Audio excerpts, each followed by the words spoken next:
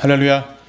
잘 오셨습니다. 오늘도 하나님께서 여러분들과 함께 하시는 믿음의 시간입니다. 하나님 은혜 가득 받으시고 기대하신 만큼 또 발걸음이 귀한 만큼 귀한 은혜, 기대한 은혜 받고 돌아가시는 우리 성도님들 되시기를 주님의 이름으로 축원합니다. 작업되어 계신 분들과 이렇게 인사하겠습니다. 오늘도 잘 오셨습니다. 잘 오셨습니다. 또 이렇게 고백해 볼까요? 당신은 내게 축복입니다. 당신은 내게 축복입니다. 이렇게 쑥스러워들 하세요. 예, 오늘은 사무엘상 21장 1절에서 15절까지의 본문을 근거로 인생이 내리막길이라도 라는 제목으로 함께 은혜를 나누고자 합니다. 말씀 제목 한번 따라해 보실까요? 인생이 내리막길이라도. 네, 우리가 지난주에는 세 사람의 모습을 통하여서 같은 상황이지만 다른 입장에 놓인 그 사람들의 삶을 우리 함께 나눴었습니다.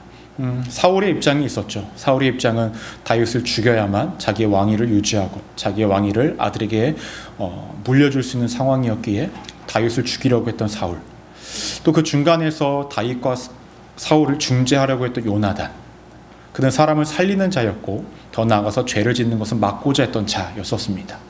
마지막으로 다윗은 어떠한 사람이었습니까? 다윗은 하나님이 살리시는 자였죠. 우리가 추구해야 할 삶은 때로는 요나단처럼 누군가를 중지하는 역할로서 삶을 살아가야 하고, 때로는 하나님만을 의지하고 하나님만을 바라보며 살아가 다윗처럼 모습을 살아가야 한다고 말씀드렸습니다. 한 가지 분명히 피해야 할 것은 사울과 같은 모습은 우리가 피해야 한다라는 것이죠. 사울과 같은 삶이 무엇일까요? 하나님과의 관계가 깨진 삶이었죠. 하나님과의 관계가 깨지니 주변 사람들과의 관계도 깨지고 모든 것들이 그의 안에 악한 것들이, 죄악 가득 것들이 쌓일 수밖에 없어서 그의 삶이 그렇게 점점 망가져가는 모습을 볼 수 있었습니다. 그러니 우리의 삶에도 때로는 요나단처럼 때로는 다윗처럼 그러한 삶을 살아가 늘 주의 품 안에 있어야 한다라고 함께 말씀을 나눴었습니다. 오늘 말씀을 보시면 그 이어서 말씀이 이제 언급되어집니다. 1절 말씀을 보니까 이렇게 언급합니다. 다윗이 노베 가서 제사장 아히멜렉에게 이르되, 아히멜렉이 떨며 다윗을 영접하여 그에게 이르되 어찌하여 내가 홀로 있고 함께하는 자가 아무도 없느냐 하니 라고 말씀을 합니다. 다윗이 두려워서, 사울이 두려워서 도망간 곳이 어디였냐면 놉이라는 곳이었어요. 그런데 참으로 이상합니다. 이어서 말씀을 나중에 보시면 다윗은 분명히 블레셋이라는 곳에 망명할 계획을 갖고 있어요. 10절 말씀을 보니까 이렇게 언급합니다. 그날에 다윗이 사울을 두려워하여 일어나 도망하여 가드왕 아기스에게로 가니 라고 말씀을 해요. 가드라는 곳은 블레셋의 5도시 중에 하나입니다. 그곳으로 간 거예요. 망명하기 위해서 간 것입니다. 그렇다고 한다면 블레셋으로 가기 위해서는 놉이라는 곳에 갈 필요가 없다라는 거예요. 왜냐하면 사울이 거주하는 곳이 기브아라는 곳인데, 기브아와 이 놉의 거리는요, 지금으로 따지면 4km, 한 2마일 그 정도밖에 거리가 되지 않아요. 더군다나 이 놉이라는 곳은 그 블레셋으로 가기 위해는 점점 멀어지는 곳이었거든요. 그럼 굳이 놉으로 가지 말고 바로 블레셋으로 가는 것이 다윗에게는 더욱더 이득이 되는 상황이었습니다. 근데 그럼에도 불구하고 다윗은 놉으로 갔다라는 거예요. 그럼 놉에 누가 있었기에 그러냐? 1절 말씀을 연이어서 보니까 그곳에는 제사장, 대제사장 아히멜렉이 거기에 있었다라고 말씀을 합니다. 아히멜렉은 우리가 잘 알고 있는 엘리 제사장의 후손이에요. 그 직위를 물려받아서 대제사장의 역할을 감당하고 있었습니다. 근데 우리가 이제 이후의 말씀을 보시면 잘 아시겠지만 사무엘상 22장 말씀을 보시면 이 가문이 어떻게 된다라는 것을 명확히 언급이 되어집니다. 궁금하시면 수요일에 계속 나오시면 됩니다. 미리 읽지 마세요. 같이 나오시면 됩니다. 그런데 분명한 것은 하나님 분명히 말씀을 하셨죠. 그 엘리의 그 가문의 심판의 예언을 하셨습니다. 그 모습이 사무엘상 22장에 언급되어집니다. 중요한 것은 대제사장이 이 아히멜렉이 왜 놉에 있었냐라는 거예요. 처음부터 놉에 있었던 것은 아니었습니다. 전에 기억하시는지 모르겠지만 블레셋이 이스라엘을 공격했던 적이 있어요. 그래서 사람들이 법궤를 가지고 전쟁을 나갔는데 법궤마저도 뺏겼던 적이 있었습니다. 그때의 대제사장들이 거주하고 있었던 실로가 파괴가 되어져요. 그래서 그때의 대제사장들을 어디로 옮겼냐? 오늘 말씀하고 있는 놉으로 옮겼다라고 이제 성경을 연구하는 사람들이 그렇게 이야기를 합니다. 놉이라는 곳에 뭐가 있었냐면은 성막, 하나님 함께 거주하시는 성막이 있었고, 거기서 중앙 성소로 삼아서 사람들이 그곳에 와서 제사를 드리고 지금으로 따지면 예배를 드리는 곳이었습니다. 정확하게 이야기를 하면 지금으로 따지면은 종교적 어떤 중심지 역할을 맡았던 곳이 놉이었어요. 그러면 다윗이 굳이 왜 노브로 갔냐라는 거예요. 블레셋으로 망명을 하기 위해서는 바로 가면 되는데 말입니다. 도망자 신세면요, 빨리 도망가는 게 좋아요. 더군다나 사울이 거주하는 곳과 노비라는 곳은 아까 말씀드린 것처럼 3-4km밖에 되지 않아요. 2마일 조금 더 넘게. 여러분 그 정도 거리면은 얼마면 걷죠? 여러분 여기 터키그릭 많이 걸으신다고 그러는데 거기 한번 걷고 오면 딱 그 4km 정도 돼요. 한 40분 50분이면 딱 가는 거리예요. 걸어서. 그러면은 다윗의 입장에서는 노브로 가는 것이 결코 유익이 되는 것이 하나도 없습니다. 왜 노브로 갔는지에 대해서 우리가 그동안 다윗이 거쳐왔던 모든 여정을 바라보면 우리가 좀 발견할 수 있다는 것입니다.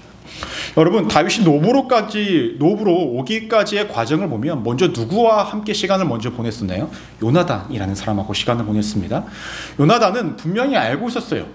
다윗이 하나님께 기름 부음 받은 자라는 것, 그리고 아버지 사울의 왕위가 오래가지 못할 거라는 것, 그리고 아버지로 통해서 내가 왕위를 이어받아야 할 자가 아니라 다윗이 이어받을 자고, 더 나아가서 다윗이 하나님께서 지명한 왕이라는 것을 명확히 알고 있었습니다. 그래서 그것을 또 믿고 있었어요. 때문에 다윗은 요나단과 함께 있었죠.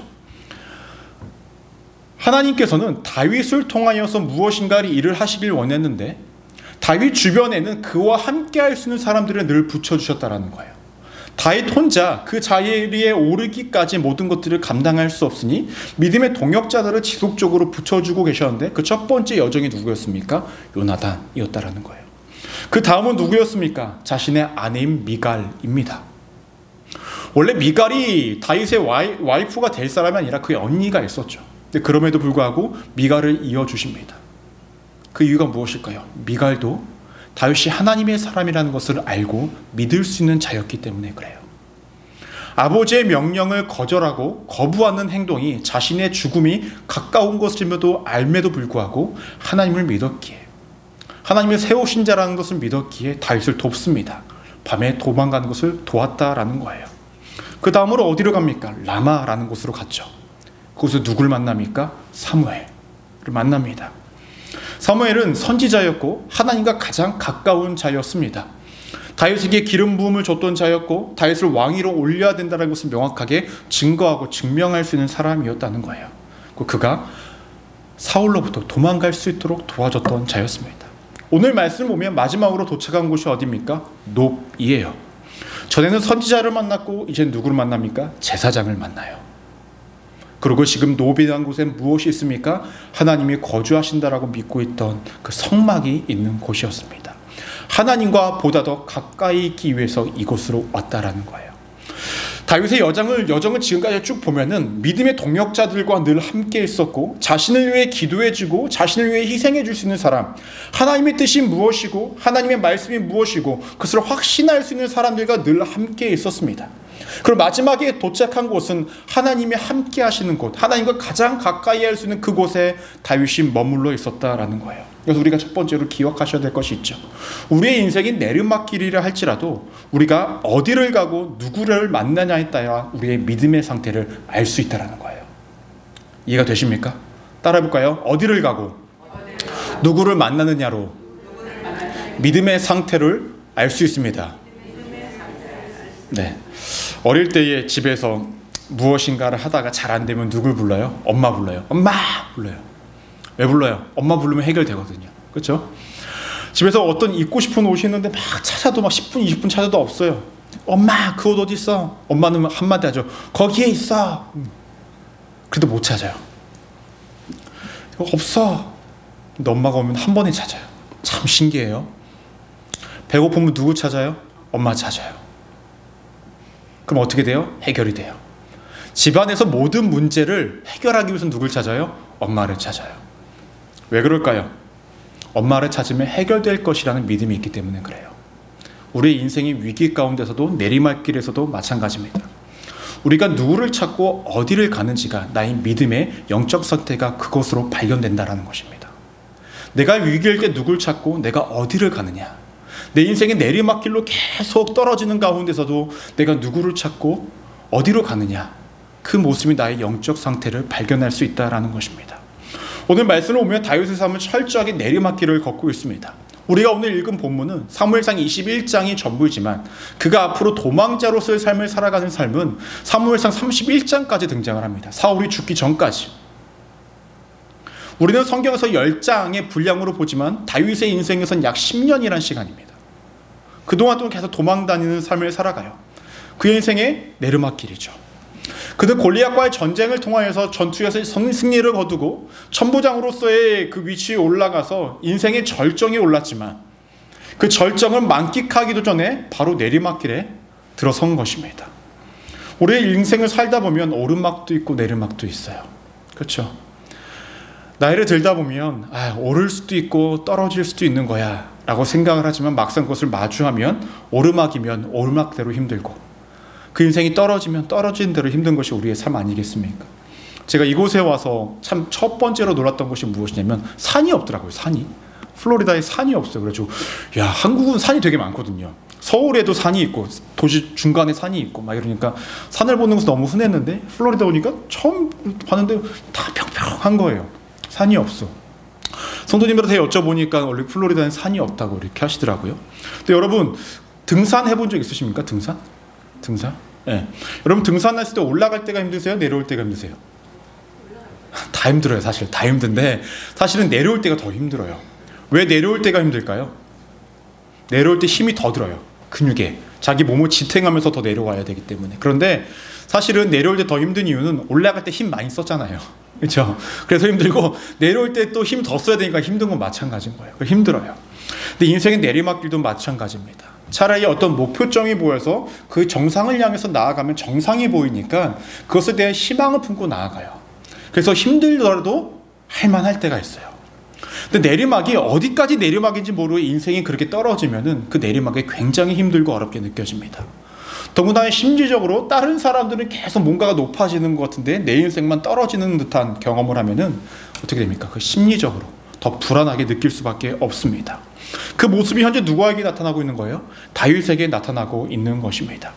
오늘 말씀에서 다윗의 내려막길을 걷고 있는데 실질적으로 도와줄 수 있는 사람을 먼저 찾고 만납니다. 누구였어요? 요나단, 미갈, 사무엘.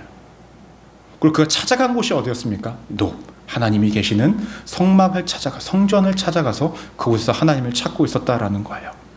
자신을 실질적으로 도와줄 수 있는 권력자를 먼저 찾았던 것도 아니었어요. 자신을 보호해 줄 수 있는 가장 먼 곳을 간 것도 아니었어요. 어떻게 본다면 사울에게 가장 가까운 곳에 있었고 그래서 하나님과 마주하면 그곳이 가장 안전할 것이라고 여겨 하나님께 나아간 것이 다윗의 삶이었습니다. 여러분, 이것이 우리의 믿음이 되어져야 한다는 거예요. 우리가 내리막길 인생, 내 삶에 힘들고 어려울 때에 우리는 우리를 도와줄 수 있는 누군가를 찾습니다. 내가 그 어려움을 벗어나기 위해서 어떠한 장소를 찾아 나서요. 하지만 그곳이 안전할까요? 그렇지 않아요. 오늘 말씀도 그 이유로 보면 블레셋 땅으로 누가? 다윗이 갑니다. 근데 그곳에서도 위기를 맞이해요.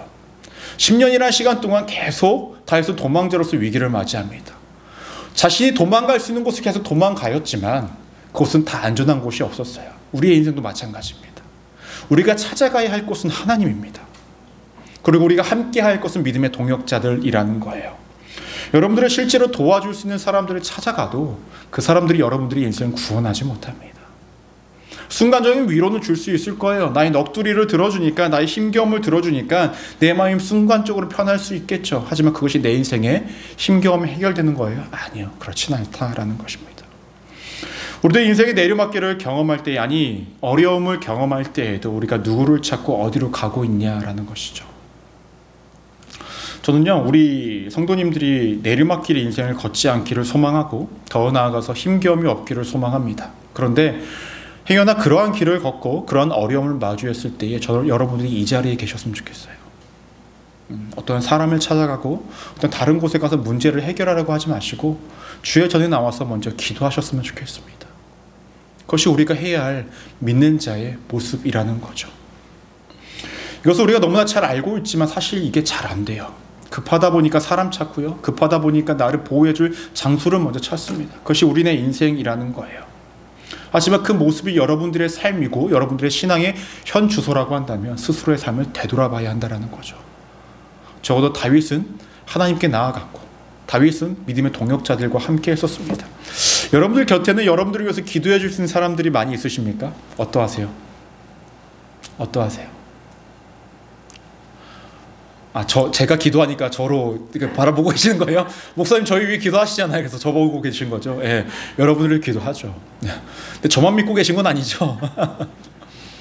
여러분 주변에 그냥 내 삶을 나눌 수 있는 대상들, 내 일상만 나눌 수 있는 대상들을 곁에 두지 마시고 그분들과 함께 믿음의 동역자를 일구 가세요. 힘들고 어려울 때에 넋두리를 하지 마시고 함께 기도하세요. 우리가 속에 있는 말 이야기하면 편하고 시원할 수 있어요. 하지만 해결되지 않잖아요. 기도하셔야 돼요. 나하고 평소에 친하게 지냈던 사람이 힘들어하면은 그 이야기 들어주시는 거 좋죠? 네, 함께 기도해 주세요. 어려운 사람들이 있으면 손잡고 안아주세요. 기도해 주세요. 그것이 우리가 해야 할 거예요. 요나단이 그러했고 미갈이 그러했고 사무엘이 그러했었습니다. 그것이 우리의 삶이 되어야 한다는 거예요. 우리도 그러한 도움을 받고 도움을 주는, 또 누군가에게 하나님의 안식처가 되어줄 수 있는 그런 모습이 우리 안에 있어야 된다는 것입니다. 여러분들은 지금 누구를 찾기를 원하십니까?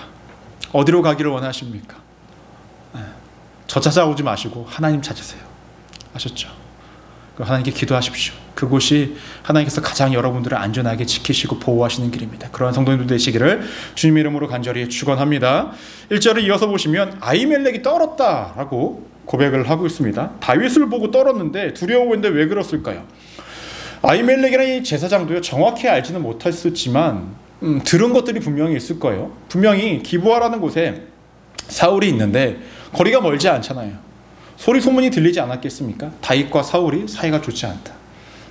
사울이 다윗을 죽이려고 하는 것 같다. 이러한 소리를 들렸을 것입니다. 그런데 다윗이 천부장이고 당시의 장군인데 분명히 자신의 안전과 자신의 모든 것들을 위해서 자신의 군대들을 함께 데리고 이동하는 것이 정상이잖아요. 근데 누구 혼자 와요? 다윗 혼자 와요. 그러니 이상한 거죠. 그러니 이 아히멜렉이 두려워 떨 수밖에 없었다라는 것입니다. 이때 아히멜렉이 다윗에게 묻습니다. 왜 혼자 왔는지. 2절 말씀을 보시면 이렇게 말씀합니다. 왕이 내게 이를 명령하고 이르기를 내가 너를 보내는 것과 내게 명령한 일은 아무것도 사람에게 알리지 말라 하시기로 내가 나의 소년들을 이러이러한 곳으로 오라라고 말하였나이다 라고 고백을 합니다. 정확하게 말을 해주지 않고 왕이 내게 비밀스러운 일을 시켰고 그 비밀스러운 일은 아무에게도 말하지 말라라고 했다고 고백을 합니다.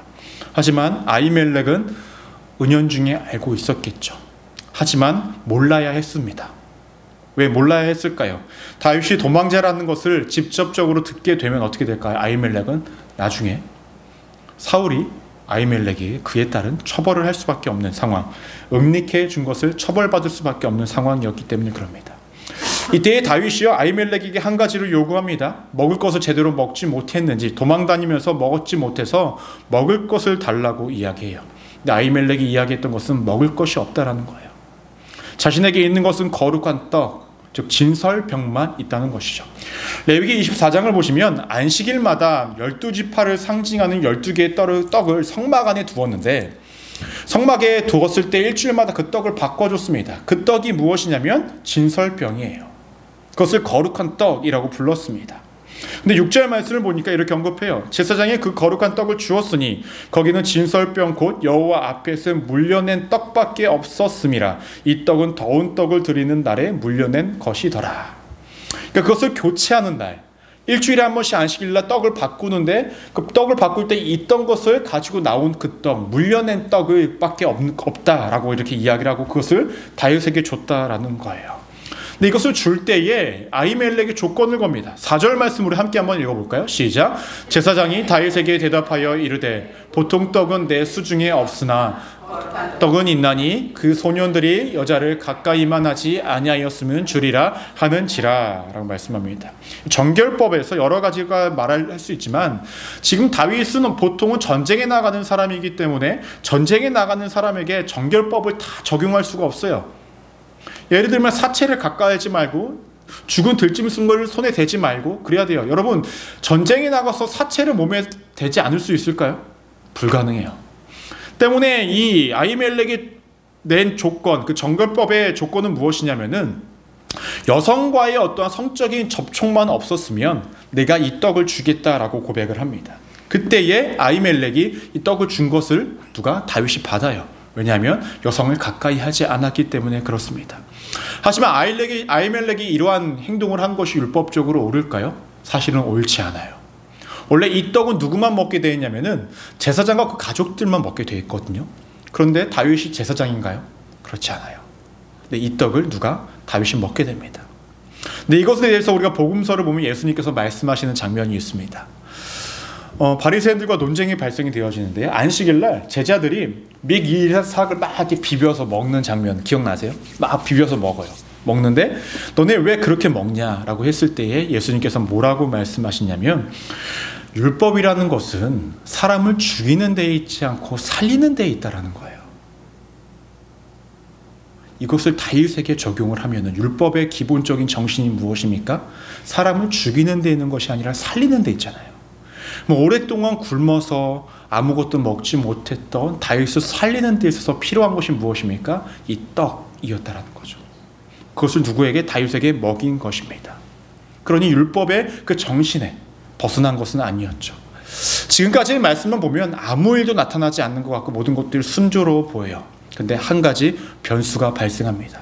우리 7절 말씀을 함께 한번 읽어볼까요? 시작. 그날에 사울의 신하 한 사람이 여호와 앞에 머물러 있었는데 그는 도액이라 이름하는 에돔 사람이요 사울의 목자장이었더라 라고 말씀을 합니다. 이방인인 도액이라는 사람이 왜 이곳에 있었는지 모르겠지만 여호와 앞에 머물러 있었다라는 것은 자신 제사를 드리거나 어떤 서원을 하기 위해서 이 자리에 왔던 것 같아요. 근데 그 사람이 어떠한 사람이라고 성경에서는 이야기하냐면 사울의 목자장, 그러니까 목자들 중에 장으로 세운 사람이라는 거예요. 이 사람은 사울의 편일까요? 누구의 편일까요? 사울의 편이겠죠. 모든 것들을 다 사울에게 고할 수 있는 사람이에요. 현재 이 아히멜렉에게 누가 다윗이 왔다라는 것을 알게 되었을까요? 모르게 되었을까요? 알게 되었을 거예요. 중요한 것은 도액이 이 모든 것들을 알게 되었고 아히멜렉도 도액이 지금 이 노베에 있다라는 것을 알고 있었을 것입니다. 때문에 사울과 다윗의 어떠한 관계가 좋지 못하다는 것을 모른 척할 수밖에 없는 상황인 거예요. 알면서도 다윗에게 떡을 주고 그를 이렇게 다 챙겨줬다라는 것을 소문이 나면 안 되니까 모르는 척하면서 모든 것들을 다윗에게 대하고 있었다라는 것입니다. 중요한 건 다윗이 참 뻔뻔해요. 떡 준 것도 모자라서 뭐 달라고 하냐면 또 무기를 달라고 이야기를 합니다. 우리 8절 말씀 함께 한번 읽어볼까요? 시작. 다윗이 아히멜렉에게 이르되 여기 당신의 수중에 창이나 칼이 없나이까? 왕의 일이 급함으로 내가 칼과 무기를 가지지 못하였나이다 하니. 장수가 먹지도 못했어요. 혼자 왔어요. 무기도 안 들고 왔어요. 누가 봐도 수상하잖아요. 그렇죠? 아히멜렉이 명확히 알았을 거예요. 그런데 그가 무기를 달라고 그러는데 이곳에는 무기가 없어요. 근데 한 가지 무기가 있대요. 무슨 무기가 있냐면 골리앗이 쓰던 무기가 있다라는 거예요. 당시에 이스라엘과 블레셋과의 전쟁 가운데서 다윗이 골리앗과의 전투에서 이기지 않았습니까? 근데 당시의 풍습 중에 하나가 빼앗은 노획물 중에 하나를, 중요한 것을 이러한 어떤 성전이나 산당 같은 데 두는 것이 어떤 풍습이었대요. 근데 이곳에 골리앗의 무기를 둔 것이에요. 근데 다윗이 그 무기를 달라라고 말을 합니다. 근데 여러분 잘 아시겠지만 골리앗은 키가 3m 정도 되는 사람, 그 사람이 썼던 무기가 일반적으로 사람들이 썼던 무기랑 동일한 크기일까요? 아니죠. 훨씬 크고 무거울 거예요. 다윗이 사용할 수 있는 무기일까요? 그렇지 않아요. 근데 그것을 왜 가지고 가냐라는 것입니다. 나중에 블레셋으로 망명을 하게 될 경우에 골리앗의 무기를 가지고 가요. 그럼 블레셋 사람들이 그 무기를 좋아할까요? 싫어할까요? 좋아하죠. 왜냐하면 자신들에게도 중요한 사람이었던 골리앗의 무기를 다시금 반환받는 거기 때문에 좋아할 수밖에 없어요. 때문에 그 무기를 챙깁니다. 그리고 여기서 우리가 기억하셔야 할 두 번째가 있습니다. 그것은 무엇이냐면 내리막 가운데서도 하나님의 흔적을 찾아야 한다라는 거예요. 따라해볼까요? 내리막 가운데서도 하나님의 흔적을 찾으십시오. 여러분 오늘 말씀에서 다윗이 얻은 것은 두 개예요. 하나는 거룩한 떡, 하나는 골리앗의 칼입니다. 근데 참 신기하지 않습니까? 제사장들이 사는 곳이라고 해도 아무리 먹을 것이 하나 없겠어요? 그렇지 않습니까? 여러분 저희 집에 오시면은 저희 집에 먹을 게 있을까요? 없을까요? 있죠. 사람 사는데 먹을 것이 왜 없겠어요? 변변치 않아도 뭐라도 있었겠죠. 그렇죠? 근데 다윗에게 먹을 것이 없다고 하면서 내어준 것이 거룩한 떡이에요. 이것은 구별된 자들만 먹을 수 있던 것. 그러면 다윗은 어떠한 자라는 거예요? 하나님께서 구별시킨 자라는 거예요. 더구나 하나님께서 그에게 죽을 수밖에 없고 먹지 못했던 그에게 생명을 다시금 허락하신 떡이 됩니다. 골리앗의 칼을 가졌다라는 것은 무엇을 의미할까요? 다윗의 인생을 바꾼 것이 골리앗 전쟁 아니었습니까? 근데 다윗 앞에 나아갔을 때에, 골리앗 앞에 나아갔을 때에 다윗이 뭐라고 나아갑니까? 하나님의 이름을 앞세워 나아갑니다. 그리고 하나님이 함께 하신 결과물이 다윗 골리앗과의 전쟁에서 승리였어요. 거기서 얻은 것이 골리앗의 무기였죠. 그럼 골리앗의 무기를 가졌다라는 것은 무엇을 의미하는 걸까요? 내가 정말로 위기의 상황 가운데서, 어려움 가운데서 나를 건져주신 하나님이라는 흔적입니다. 더 나아가서 자신의 힘겨움과 어려움을 마주할 때에도 그 골리앗의 무기를 통하여서 무엇을 기억할 수 있습니까? 하나님이 나와 함께하고 계시다라는 것을, 과거에도 나를 도우셨고 지금도 나를 도우실 수 있는 분이라는 것을 확신하면서 나아갈 수 있다는 거예요. 즉 그의 인생은 내리막길을 걷는 순간들을 걷고 있었지만 그의 삶 가운데서 하나님은 여러 가지 흔적들을 남겨두십니다. 내가 너를 지키고 있어, 내가 너와 함께하고 있어, 내가 너와 동행하고 있어 라는 것들을 그 흔적 가운데 남겨두고 계셨다라는 거예요. 여러분, 우리 인생의 힘겨움과 어려움을 겪고 내리막길을 걸을 때도요, 여러분 그냥 모르겠다라고 앞만 보고 가지 마세요. 하나님을 찾으시고 하나님께서 우리의 삶 가운데 이곳저곳에 남겨놓은 흔적들을 발견하십시오. 그것도 우리가 발견할 수 있다면 어떠한 마음이 들까요? 하나님 나와 함께 하시는구나. 그래, 저것이 나의 흔적이 되어서 하나님 나와 함께 하심을 내가 깨달을 수 있다는 거예요. 그럼 힘내서 한 발짝 더 나아가는 거죠. 하나님 동행을 경험할 수 있다는 것입니다. 저는 여러분들이 일상 속에서 하나님의 그런 흔적들을 발견하시기를 소망합니다. 평소에는 당연하게 여겼던 그 모든 것들이요, 어느 순간 내 삶의 힘겨움과 어려움 가운데 있다 보면 그것에 대한 의미가 발견되어져요. 예전부터 있었던 사람, 예전부터 있었던 어떠한 존재들, 그 사람들이 내 삶의 위기와 어려움 가운데 왜 여전히 내 옆에 있는지를 발견하게 돼요.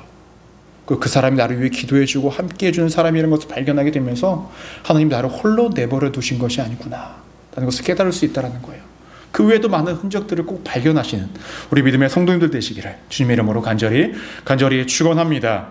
이어서 말씀을 보니까요, 10절을 우리 함께 한번 읽어볼까요? 시작. 그날에 다윗이 사울을 두려워하여 일어나 도망하여 가드왕 아기스에게로 가니.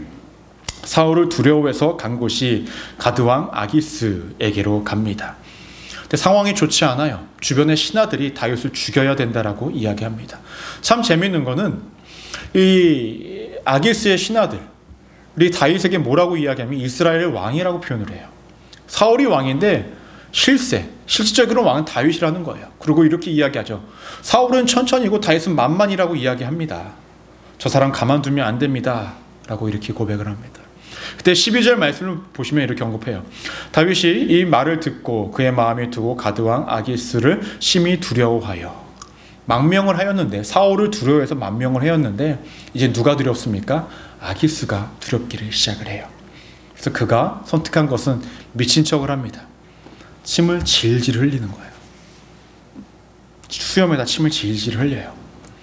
한 나라의 영웅이었던 자가 이제 미친 척을 해야만 하는 그런 상황 가운데 이르렀습니다. 누구보다 담대했던 자가 누구보다 두려워하는 자가 되었다라는 거예요. 그래서 우리 마지막으로 기억해야 하셔야 될 것은 무엇이냐면, 두려울지언정 우리는 보호받는다라는 거예요. 우리가 내리막길을 걸어가고 있을 때에, 그러한 삶을 살아가고 있을 때에 두려울 수 있어요. 근데 두려움 가운데서도 하나님은 우리를 보호하신다라는 것입니다. 보면 다윗에게 믿음이 없던 것은 아니었습니다. 하나님과 함께하고 계심을 증거로서 보았고 하나님이 주신 힘으로 견디면서 살아가는 자였습니다. 하지만 그의 눈앞에 보이는 현실은 사울이 여전히 두려웠고 아기스 왕이 너무나 두려웠고 아기스 왕의 신하들이 너무나 두려웠어요. 전쟁을 나갈 때도 두려워하지 않았던 다윗이 이제는 점차적으로 자신의 삶에 대한 두려움이 점점 그의 삶을 감싸기를 시작을 합니다. 그의 삶에 변한 것은 없어요. 여전히 도망자였고 비굴하게 살 수밖에 없었고 비참한 삶을 선택할 수밖에 없었습니다. 믿음으로 나아갔는데도 불구하고, 하나님의 흔적들을 발견했음에도 불구하고 말입니다. 그런데 중요한 것은 그렇게 비참하고 비굴한 삶을 선택했을지라도 그의 삶에는 그 어떠한 해도 끼쳐지지 않았다라는 거예요. 우리가 기도를 하고 하나님을 선택하고 하나님의 흔적들을 발견하여서 내 삶 가운데 모든 것들이 일순간에 다 바뀔 것이다 라고 우리는 기대를 하지만 그럴 수도 있지만 아닐 수도 있어요. 근데 아니어도 괜찮다라는 거예요. 하나님 우리를 보호하신다라는 거예요. 두려움이 우리의 몫이지 하나님의 몫은 아니지 않습니까? 보호하시는 것이 하나님의 몫이기 때문에 우리가 믿음으로 하나님 곁에 있다고 한다면 하나님 우리를 보호하신다라는 것입니다. 중요한 것은 내가 내리막길로 살아가는 것이 중요한 것이 아니라 내가 그러한 삶 속에서도 하나님과 함께 살아가고 있는가, 하나님을 믿고 살아가고 있는가가 중요한 거예요. 여러분들의 인생은 내리막으로 끝을 맺는 인생이 아닙니다. 아멘? 여러분들의 인생은 하나님과 동행하심으로 끝을 맺는 인생이에요. 그러니 우리가 내리막 인생을 두려워할 필요가 없다는 거예요. 오르막이든 내리막이든 평지를 걷든 어떠한 삶을 걷든 우리가 하나님과 동행할 수 있다고 한다면 그 어떠한 것도 우리를 해하지 못한다라는 것입니다. 하나님께서는 다윗의 삶을 그렇게 보호하십니다. 비록 다윗이 그 10년이라는 세월이 너무나 고되고 힘들고 어려웠지만 하나님은 그것도 그가 왕위에 오를 때에 백성들을 어떻게 바라봐야 하고 하나님 앞에 어떻게 서야 하고 위기와 어려움 속에서 그가 어떻게 굳건히 주를 바라봐야 하는지를 가르쳐 주시는 믿음의 과정의 시간들이었죠. 무엇 하나 버릴 수 없는 그 내리막길이었고 내리막을 내려온 것만큼 하나님께서 그만큼 그를 높여 세우십니다. 그것이 하나님의 뜻이었다라는 거예요. 여러분 이 시간 가운데에 내 감정이든 나의 인간관계든 나의 물질적인 부분이든 나의 어떠한 인생의 어떠한 부분에 내리막을 걸을 수 있어요. 근데 그 가운데서 우리가 기억하셔야 될 것은 우리는 그래도 하나님을 선택해야 된다는 것. 그리고 내가 어디로 나아가는지 내가 누구와 함께 있는지를 스스로 점검해 봐야 한다는 것입니다. 하나님을 정말로 의지하고 믿고 따르면 우리가 다른 것들에 눈을 돌릴 수가 없겠죠. 사람을 찾고 안전한 곳을 찾는 것이 아니라 하나님을 찾고 믿음의 동역자들과 함께 나의 어려움을 고백하며 함께 기도하겠죠. 그것이 우리가 되어야 한다는 거예요. 하나님께서는 내리막 가운데서도 분명히 흔적을 남겨두십니다. 우리의 영적인 눈이 밝아져야 하는 이유예요. 너무나 중요해요. 같은 물건을 바라봐도 영적인 눈이 열리면 그 물건을 내게 주신 은혜를 발견하게 되고요. 영적인 눈이 없으면 똑같은 물건을 봐도 내게는 왜 저것밖에 없는지 라는 그런 부정적인 시선으로밖에 보일 수밖에 없어요. 흔적을 발견하십시오. 그리고 마지막으로 무엇입니까? 두려울지언정 나는 보호받는 자이니 두려워하지 마세요. 두려워해도 괜찮아요. 여러분 안전하실 거니까 끝까지 그렇게 하나님 신뢰하시면서 주와 동행하시는 우리 믿음의 성도님들 되시기를 주님의 이름으로 간절히 축원합니다. 기도하시겠습니다.